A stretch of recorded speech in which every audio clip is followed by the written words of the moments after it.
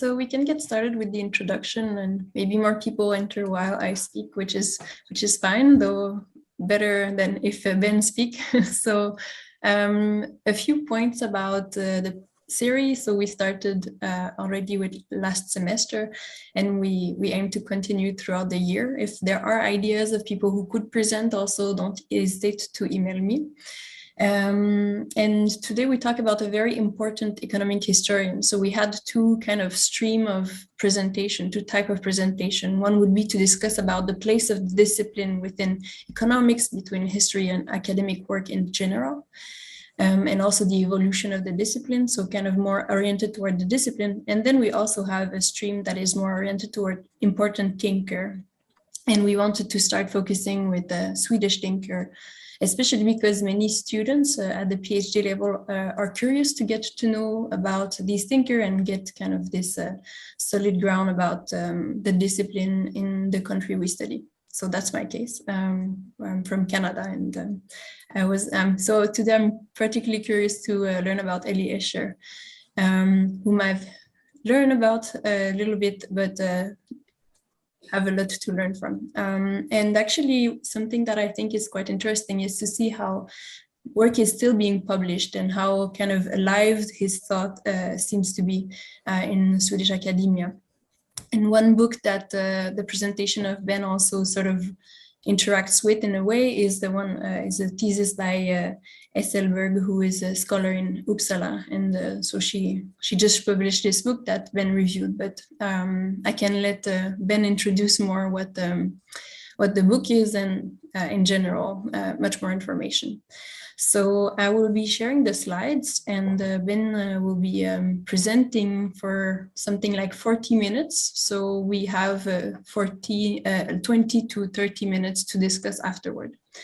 And for that, it would be nice if videos can be opened, and so we sort of recreate a little bit of kind of a social interaction, although it's a web format. So I will share the screen and let Ben present. And yeah, if there is any question, you can use the chat. Okay.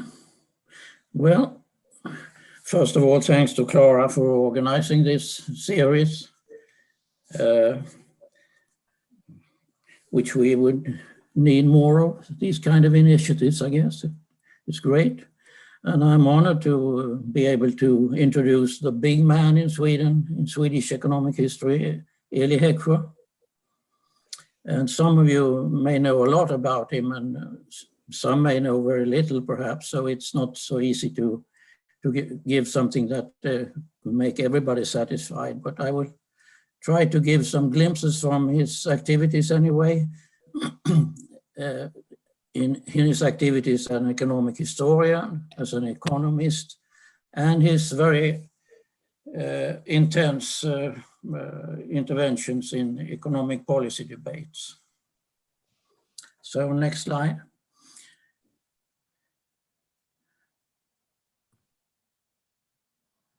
Next slide, please. Okay. A hell of a lot has been written about Heckscher, of course. And I just have the pictures here of three of the books that I am having as sources here. The one to the left is the newest one, Ylva Hasselberg's dissertation, not dissertation, her biography, the first part of her biography on Eli Heckscher, which came last summer. And I had a review of it in Svensk Tidskrift this autumn, in case anybody is interested.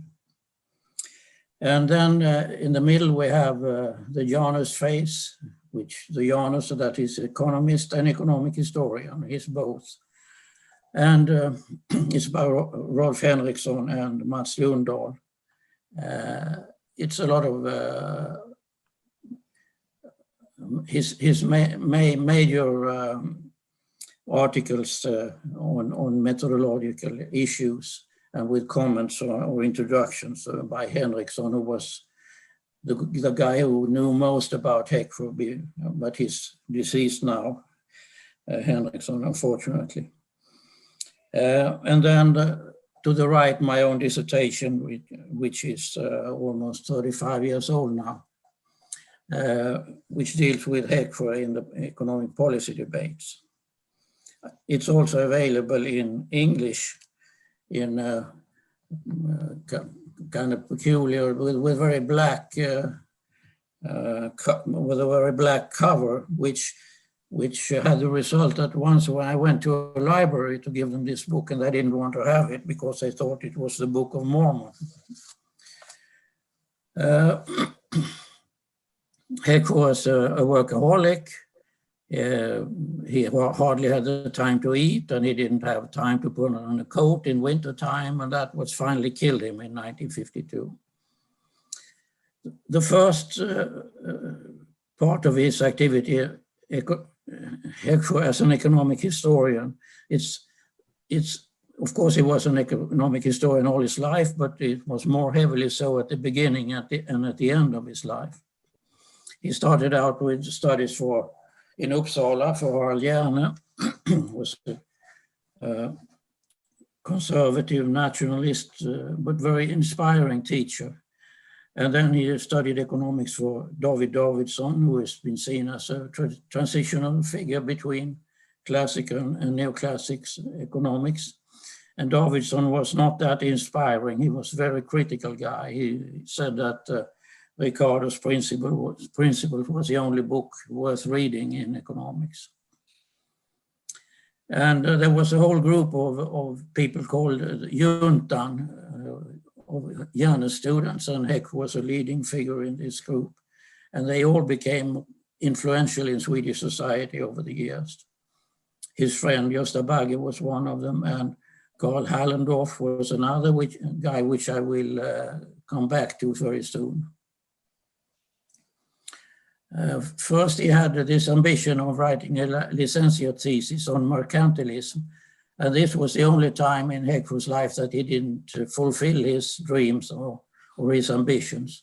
So it was a little minor product, the Produktplakatet in 1903, which deals with a regulation in the 18th century that foreign goods arriving in Sweden must be transported on Swedish ships or on ships from the country where the goods originated. In 1904, he wrote his first kind of methodological manifesto, Economic History, Some Hints. And he wrote several more articles over the years. As I mentioned, Henriksson and Lundahl have many of these articles in their book. And it's pretty complicated when he was moving forth and back a bit. But from the beginning, it was mostly that economic history should deal with economic development over time, and economics should deal with the more static conditions at a certain point of time. And I could mention also that Hasselberg underlines that so far there was no references to marginalism at all. Change of slide. Then came his dissertation on the Swedish railways in 1907, and he traveled extensively all around Sweden to gather information. And he also used counterfactual reasoning, what would have happened if Sweden hadn't built railways. So Henriksson, in this way, sees Heckscher as a predecessor to the cliometrics. But of course, Heckscher didn't have the statistical tools in those days that the cliometrics had half a century later. The next major work was the Continental System in 1918, about Napoleon's blockade of Britain during the Napoleon Wars. And then came the 1929 Vice-Chancellor incident, as it is called, at the Stockholm School of Economics.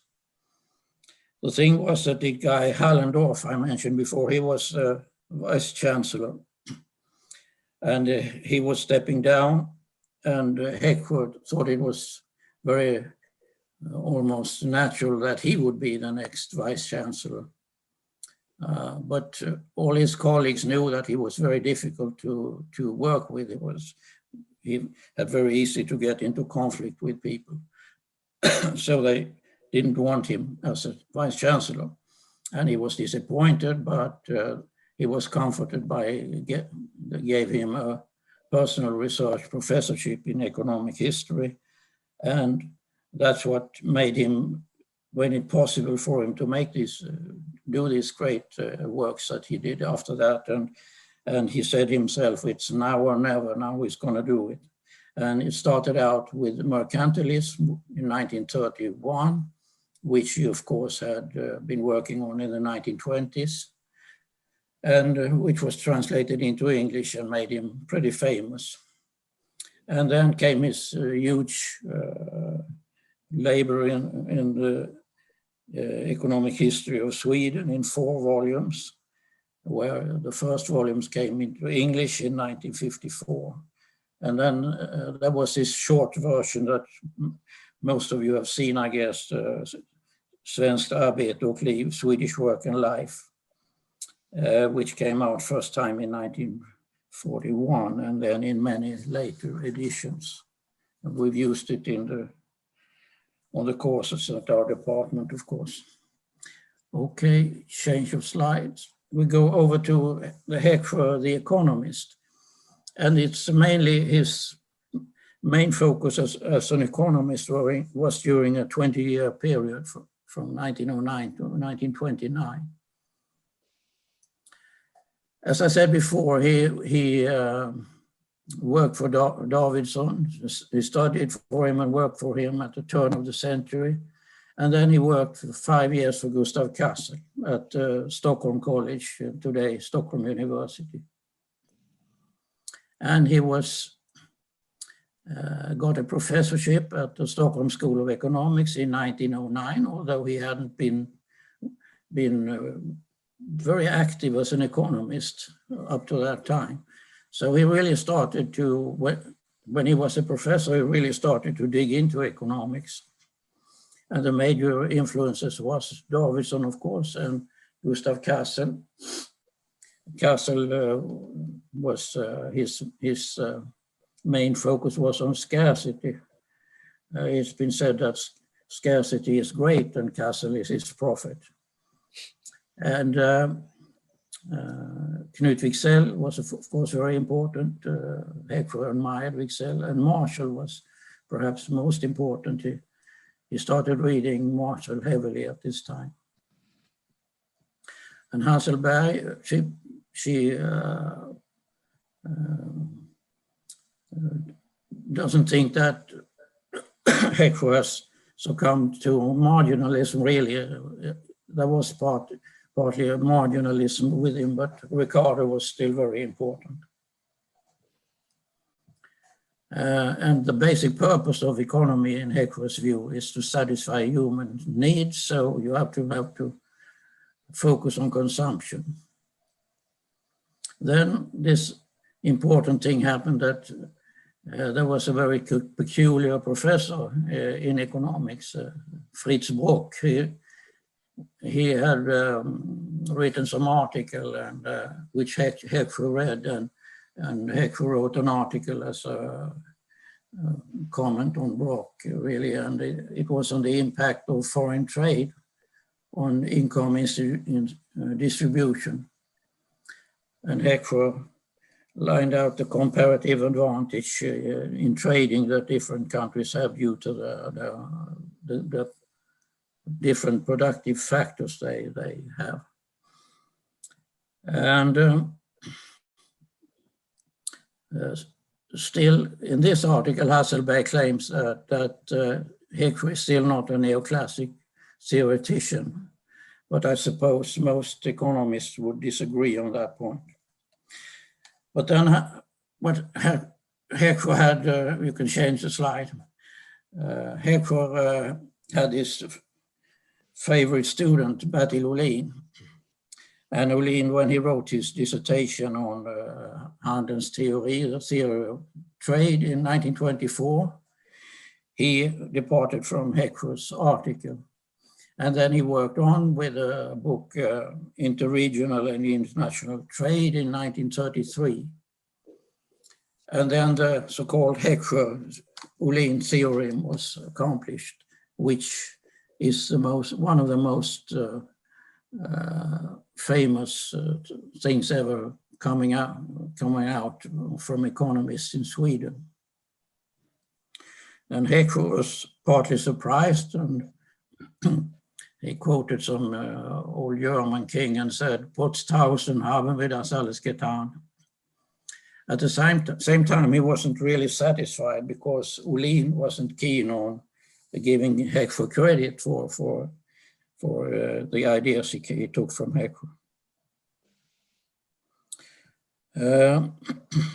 And Heckscher himself, he regarded another article as the most important theoretical contribution he made.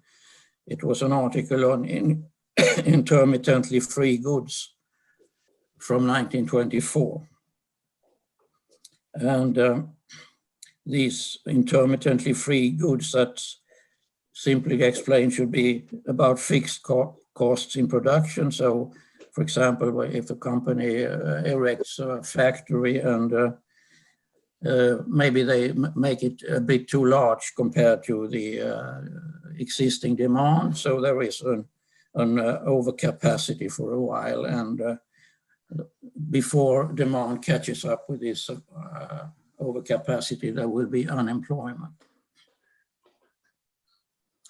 Heckscher was also a very demanding teacher. He never gave, almost no students got good grades. I guess it was Ohlin and maybe Alf Johansson and a couple of more. I don't remember exactly now, but he could say things like his students, "You may be an excellent prime minister, but never a good economist." So he was, in one way, maybe he got his critical leanings from Davidson. He was a dynamo in the political economy club, in Swedish Nationalekonomiska klubben.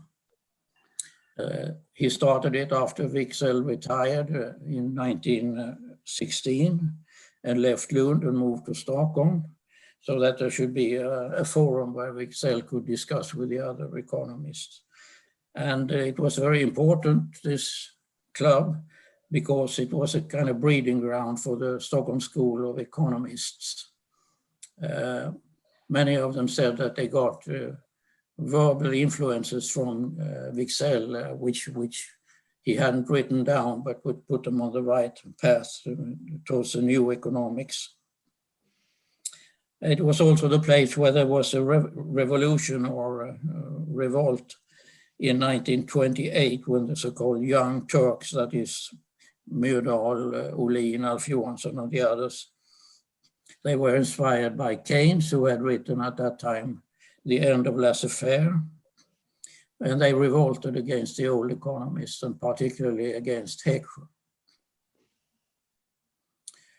Heckscher was also the most active debater of all times in the Swedish Economics Association, that is Nationalekonomiska föreningen. And he got into conflicts over the years with several other economists, with Gustav Cassel, because he didn't think that Cassel had supported him enough when he was young and working for Cassel, and he disliked Cassel's very self-assured posture. He got into conflict with his old friend Gösta Bagge because he didn't think that Bagge was disciplined enough.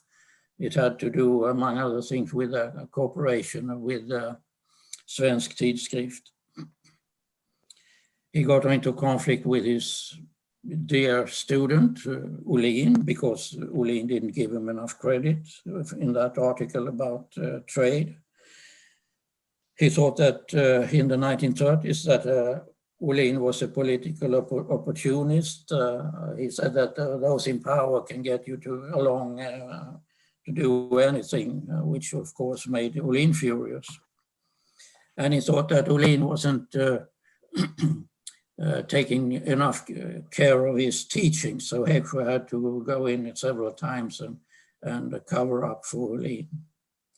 And he got into conflict with Myrdal. It was mostly about Gunnar and Alvar's book on the crisis in the population issue, which Heckscher and his wife thought was too revolutionary. They were using this book as a crowbar to turn the whole Swedish society upside down.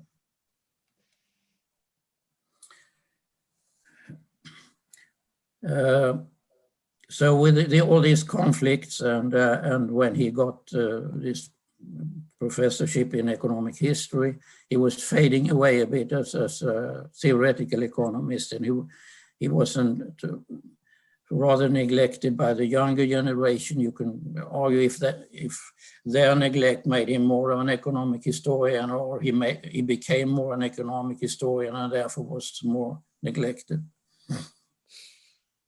But his relation to Keynes is a bit interesting. He was a very heavy admirer of Keynes in the early 1920s, particularly Keynes' book about the economic consequences of the peace.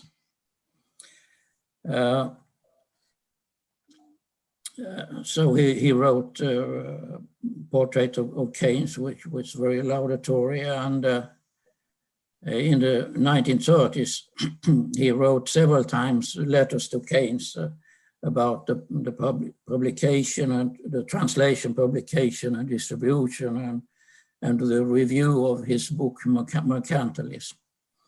And Keynes wrote back and was very impressed and said that Heckscher's book was a masterpiece and he would use it in his own upcoming book. And then when this happened and the general theory was published in 1936, Heckscher was pretty annoyed because he thought that Keynes had used his book to do some mercantilist interpretations of the current situation in the 1930s. And his good friend and colleague Arthur Montgomery was even more blunt. He said that Keynes had read mercantilism like the devil reads the Bible. And when Heckscher anyway didn't write much or react very much to the general theory, but 10 years after, in 1946, his reaction came in a big article, and his main argument against Keynes was that it was not a general theory. Keynes was obsessed by the permanent high employment, British unemployment between the wars. So Heckscher wrote that never before, it seems, has a work making claims for universality in such a one-sided manner been built on one single point of view. So next slide, we're moving on to economic policy. Heckscher was first, his early years, very tough social conservative, as he was a state interventionist, and then he turned market liberal. Most people know him as a market liberal. But during the end of his conservative era, he started Svensk Tidskrift with Gösta Bagge in 1911. And then there has been some different explanations of his transition to market liberalism. One explanation is that when he was professor of economics and began reading Marshall, who was a market liberal, that affected him. And several people, among them Kurt Wikman, has argued that this was an explanation. You can see up to the right corner, if you're not, any of our pictures are in the way that you can see Kurt Wikman's book from 2000, which is about Heckscher and the state and liberalism and economic policy. Then there's the second explanation, that when the conservatives lost control of a government to the radical liberals and with social democratic support in the elections of 1911, he was beginning to shift away from the conservatives because since he didn't have control over the state. That's one of the explanations I have tried to push forward. And then there's a third explanation which almost everybody agrees about, that his experience of government bureaucracy, which he was working in the Krigsberedskapskommissionen during the First World War, made him very disappointed in what the state could accomplish. Ylva Hasselberg, her explanation is that it was a pretty sudden conversion after the experiences of the World War in 1918. And I had used all the 3 steps because I think Heckscher was a very principled guy. He didn't just change his coat from one day to another. And there's also, I think, proof that he was gliding during several years, was shifting position gradually. And now Hasselberg doesn't like my explanation because she says that it's too complicated, that there are several steps and just one step is too complicated. And that using his attitude towards the state is too simple. So my explanation is too complicated and too simple. Okay, change of slide. When he had completed this transition, he wrote this manifesto, Economic Liberalism, Old and New, in 1921.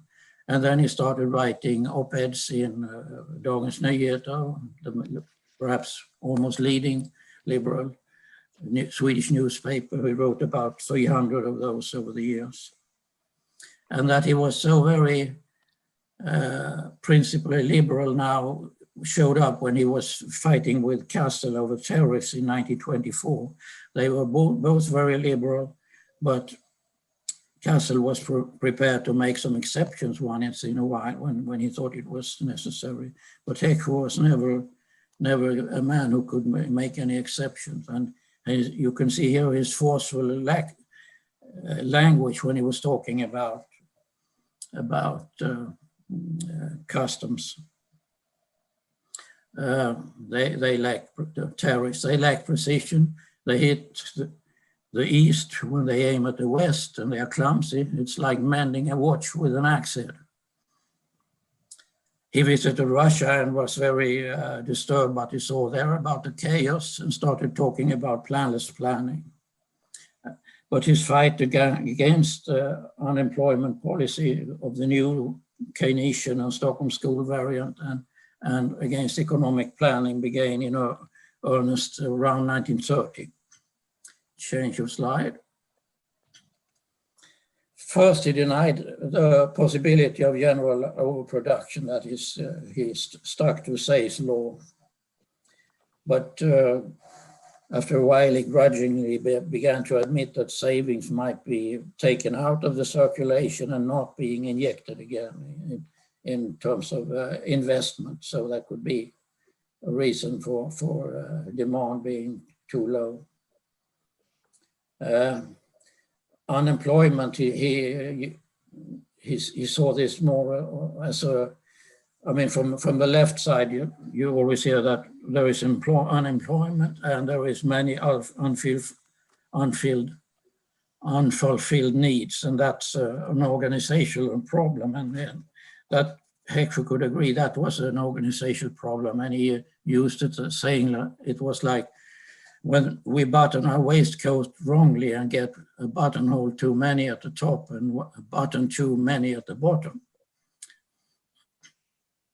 But his solution was the old kind of solution with reducing wages and increasing the labor force mobility. He gradually retreated from his theoretical arguments and took to more practical arguments which shows what he feared, that if you as Social Democrats had market wages in public works, so when the unemployment receded, people would have no incentive to move over to the regular work. So the public works would not be self-liquidating. Another thing would be that people would never admit that it was time to liquidate the public works. And the third argument was that a counter-cyclical budget policy, if it was just counter-cyclical, it wouldn't affect the growth of the public sector. But if you always raise taxes in good times and always raised expenditure in bad times, you would have a secular public sector growth. And Gunnar Myrdal later on admitted that this was really his intention with a counter-cyclical budget policy.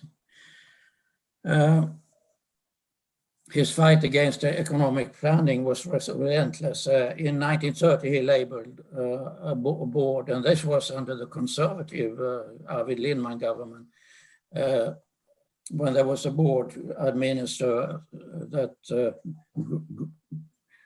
kind of protection that grain had to be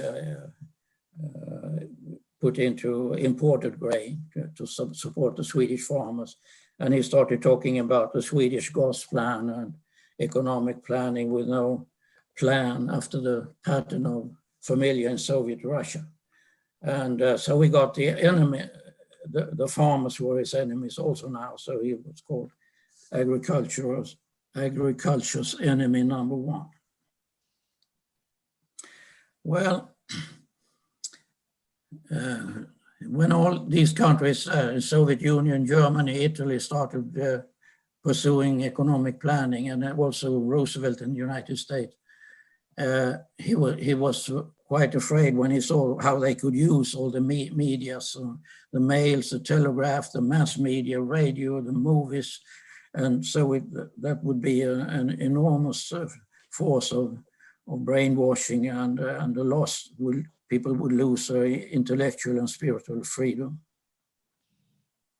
But the debate on planning really exploded in 1934 when the depression was fading away and the Social Democrats still wanted to pursue unemployment and planning policies.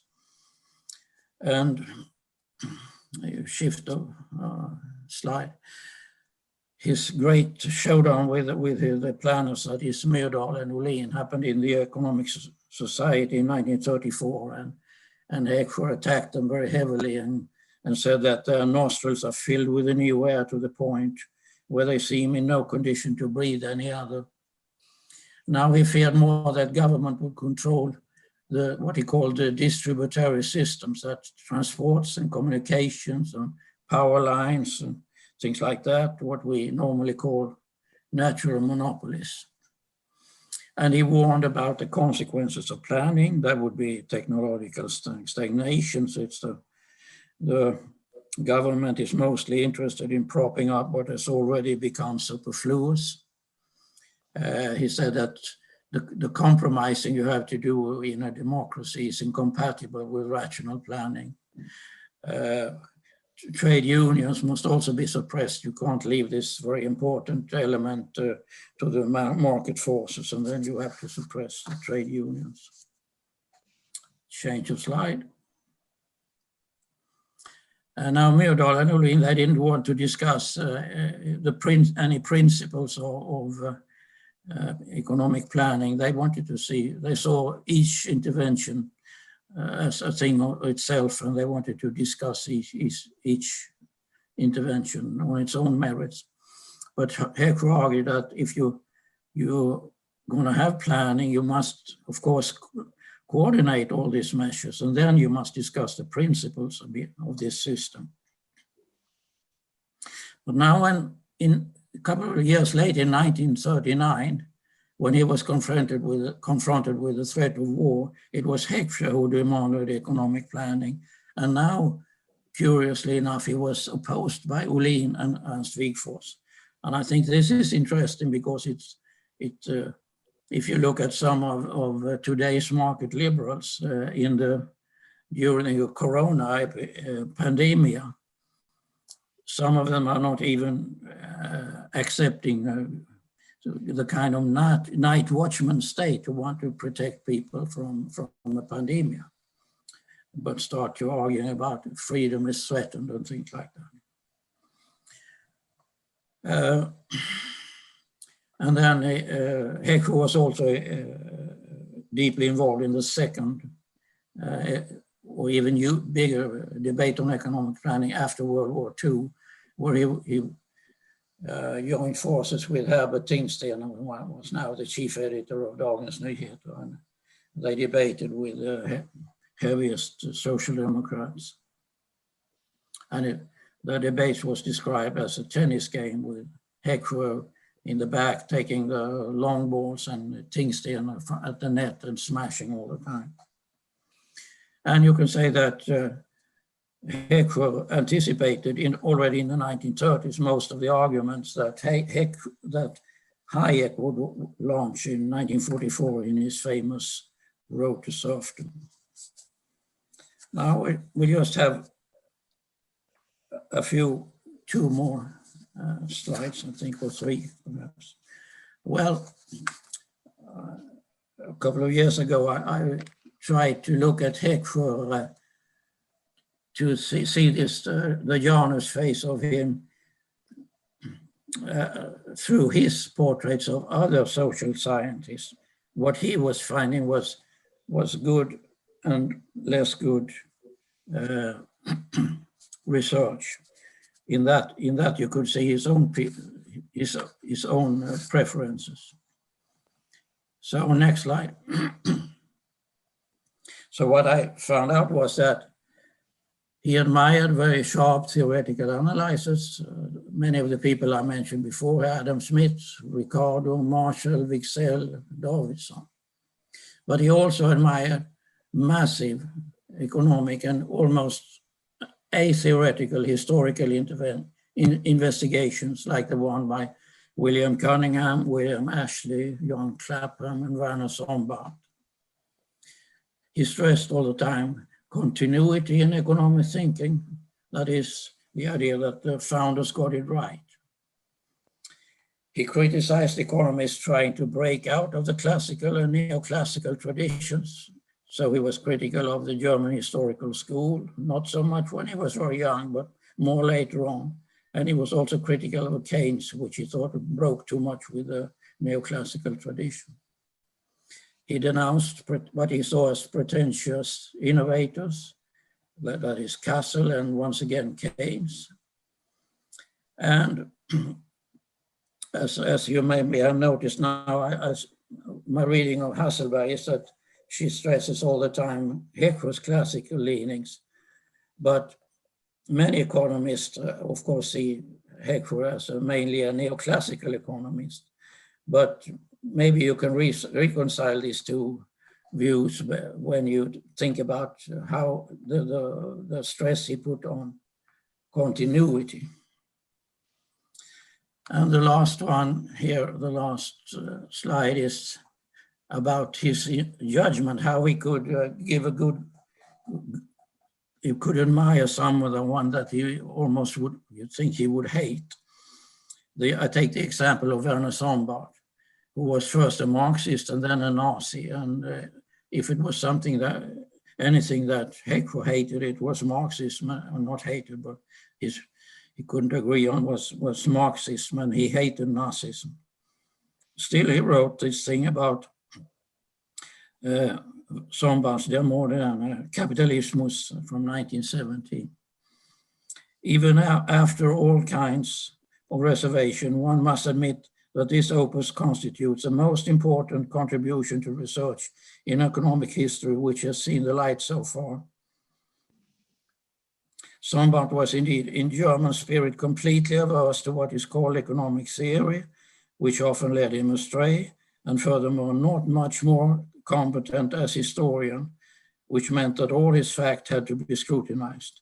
But his ability to evoke fruitful research questions was outstanding, and he was probably the greatest social scientist ever produced by Germany.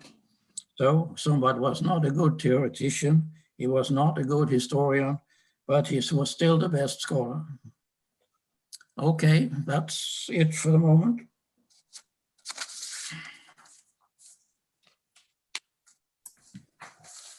Thanks a lot. So we do the virtual upload. Thank you, Benny, for your presentation. We can open the floor for questions, and I invite people to put on their camera, although the exception of maybe if you are eating and not super comfortable with chewing in front of people. But a very interesting question. I don't see presentation. I don't see questions in the chat yet, but maybe people actually wants to use a camera and ask directly a question. So I invite people to do that.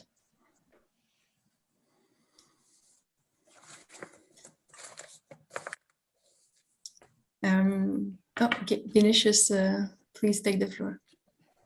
Thanks for the presentation. Congratulations. I'm new to Sweden, so I'm not very familiar with the economic debates, and I've never read Heckscher. I heard of Myrdal.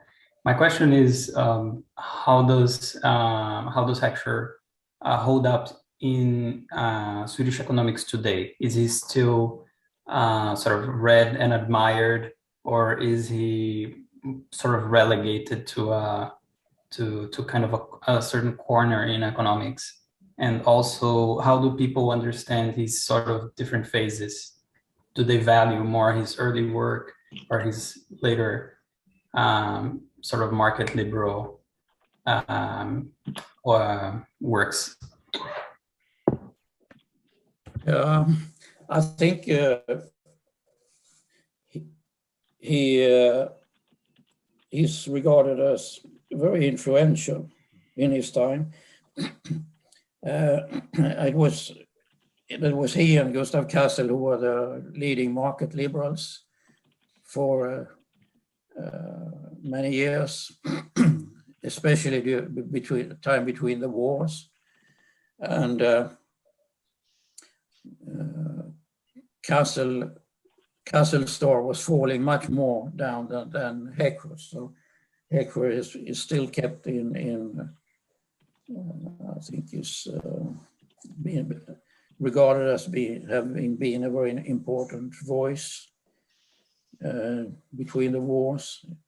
And you can see it because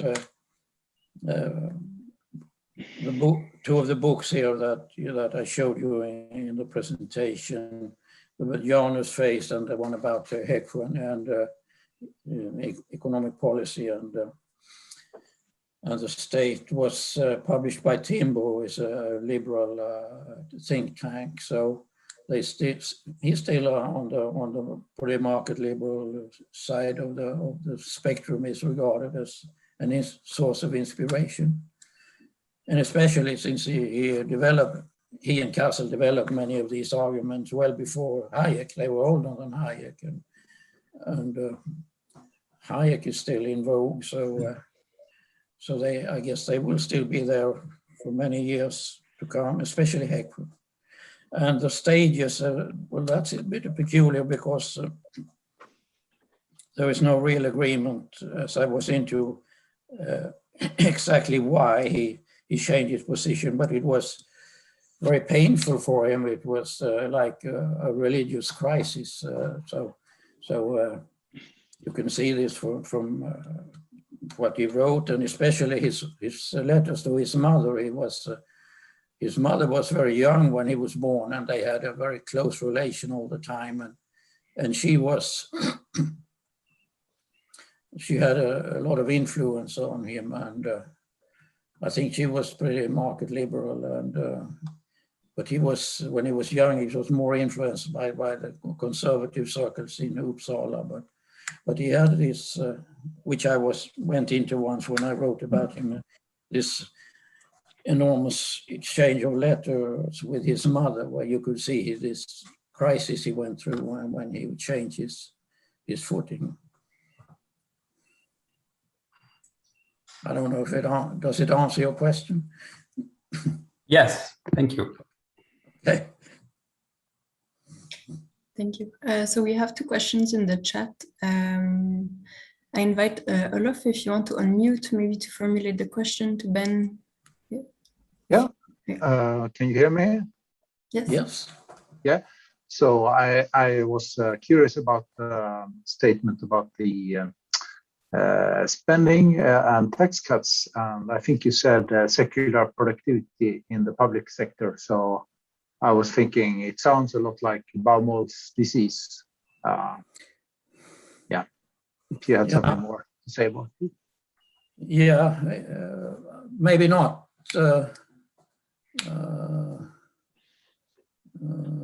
Not exactly Baumol's disease, because it is just that you from if you just run the counter-cyclical policy without any ideological goals behind it, it wouldn't affect the size of the public sector. It was just if you without any having anything secret agenda behind you, you were just using taxes and public expenditure interchangeably. Then we wouldn't have, nothing would in the long run happen with the size of the public sector. But if you always use it in that way, that as soon as there is a boom, you raise the taxes, and as soon there is a bust, you raise expenditure, then you will get an expanding public sector. And that was Heckscher, and I guess a lot of other people also on the liberal side suspected in those days. But in those days, Myrdal and the others, they didn't admit this, but later on, Myrdal admitted that it was what he wished to accomplish. Thank you.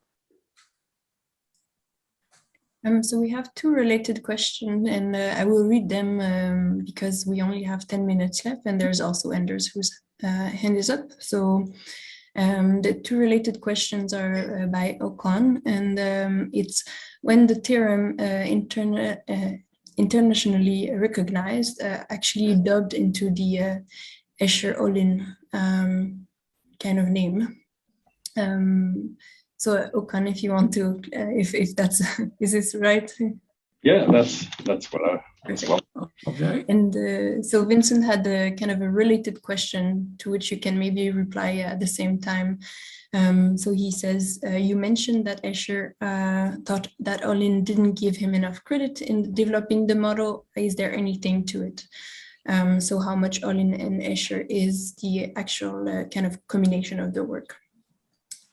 So if you want to answer to that question, maybe we can try to hurry also, because there is also Anders and who is up. I have difficulty hearing you because of the echo, and that your mouse isn't synced with really with the sound. Okay. The picture and the sound isn't really maybe somebody with better sound, maybe Okan, if you want to take on the mic. Sorry for the sound. Yes. I was wondering when the Heckscher-Ohlin theorem was internationally recognized in time by who, and when it was dubbed Heckscher-Ohlin theorem the first time. What was the question? When actually the Heckscher-Ohlin theorem, when it was recognized. Yes, and when it was actually dubbed, given the name. Oh, yeah, I don't know when they dubbed it like that, but I guess it must have been recognized in the mid-1930s or something, probably after Ohlin's book came out in English. So I don't know really, maybe someone else. Carl Hampus is an economist. Maybe you know it exactly when this happened. Sorry. I don't know. Do you know exactly when this happened, that it was dubbed the Heckscher-Ohlin theorem and became world famous? Must have been in the mid-30s. I don't know the answer. I don't know the answer to that question, but it's in general very interesting to see how these concepts remain within an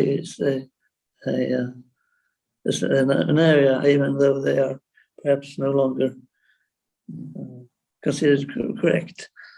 So, for example, the problem of social costs article by yeah. Well, anyway, since Ohlin was such a big name already in the 1930s, it must have been this Heckscher-Ohlin theorem that made him so famous, more or less, because much of what they were publishing on unemployment and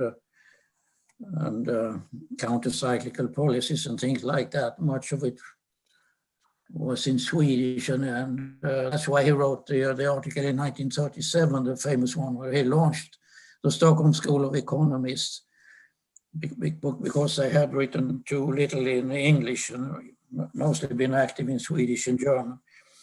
But he was a name then. He could get this article into the Journal of Economics. So I guess his fame came much from his foreign trade book. There was an extra question also on this about whom can be credited for the model. Was there a balance of who kind of contributed more? Is there some information about that? That was Vincent's question. Yeah, I guess it's mostly Ohlin, of course, but I think there has been different ideas about when Ohlin really, how much he was inspired by Heckscher. At the beginning, as I said, he himself didn't want to acknowledge that there was some inspiration.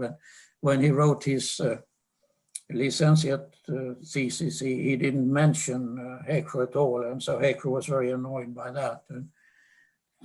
But then in his dissertation, I guess after talking to Heckscher, he acknowledged Heckscher somewhat, but I've never been digging into that much myself and never written anything about it. And mostly economists have been writing about this, and Rolf Henriksson also. And I think there was something about Henriksson wrote that Ohlin had got the idea of this book when he was walking onto den Linden in Berlin or something like that. So my different ideas about when he got these ideas really, or it was clarified to himself. Thank you. I don't know if Vincent, you are satisfied. It remains a bit of a mystery in some way. Yes. So Anders, you have your hand up. Do you want to take? Yeah. Thank you. Can you hear me? Yes, great. I hope so. Yes.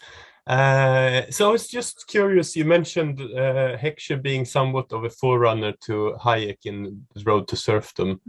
And you also mentioned his critique of economic planning, that it hampers technological development. So I wonder, was Heckscher aware of the work being done in Austria by von Mises and Schumpeter and so during his time? Or was this like a completely separate development?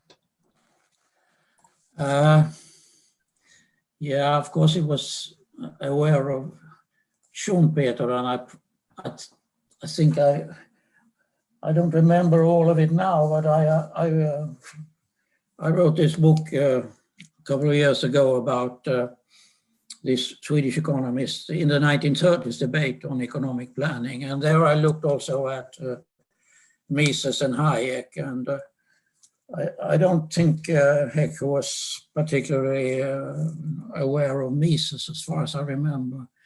And Hayek, he started out writing more or less in the 1930s. So he was, I don't remember now, 10 years younger or something than Heckscher, and pretty much younger than Kassel. So they never referred to Hayek, because why should they do that? They were ahead of him and were older, and we didn't pick up his arguments. Maybe I don't remember exactly if Heckscher took up his Hayek arguments in the 1940s debate. He probably did, because then he was in touch with Hayek, and there was this peculiar thing that happened when Hayek started the Montpellier Society. Heckscher was, of course, invited to join in, and I have had a discussion with Ylva Hasselberg about this because I was a bit fool. I wrote an article where I, in passing, mentioned that Heckscher was a member of the Montpellier Society because he was on their membership list, and I found a letter that he was writing to Hayek that he wanted to get out of the Montpellier Society. So I figured if he wants to get out, he must be a member. But then Hasselberg, who has covered Heckscher's letters all of them more carefully, she said that, well, he never admitted that he was a member. Maybe Hayek just to put him in as a member was so sure that he would be a member, so he put him on the membership list. But Hayek himself has denied that he did this, so it's all very confused if Heckscher was a member of the society or not. But anyway, we know that in the 1940s he was communicating with Hayek at least.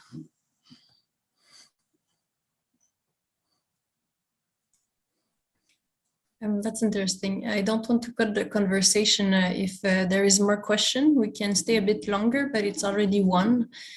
So in theory, time is up. And it's quite a good place to end because the next discussion will be kind of thinking about kind of divergence between the mainstream, the neoclassical and the heterodox economics.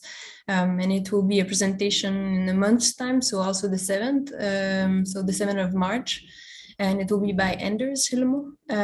So it's a good way to already kind of start thinking about the next presentation, because these debates on planning and how these conversation sets in the time of Heckscher are kind of key to the following. So thank you very much, everyone, for participating. I don't see new questions, but it was great to have many questions. So thanks a lot to everyone. And thank you, Ben. Thanks again for your presentation. Well, thanks everybody for listening.